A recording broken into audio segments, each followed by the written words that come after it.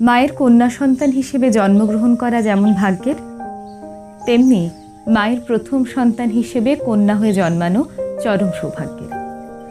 প্রথম মেয়ে শুধু মায়ের একটি মেয়েই না, যত্নে করা এক একটা পুতুল হয়। ছোট্টবেলায় মেয়েরা পুতুলের সংসারে একটু একটু করে যে স্বপ্ন বোনে, তা তার প্রথম মেয়েকে দিয়ে বাস্তবায়ন করে। মেয়ের চুলে ঝুঁটি বেঁধে দেওয়া, নতুন ডিজাইনের ড্রেস ট্রাই করা, ম্যাচিং ড্রেস পরানো, এমনকি নিজের মেয়েকে বউ সাজাতেও কমতি রাখে না কোনো মা।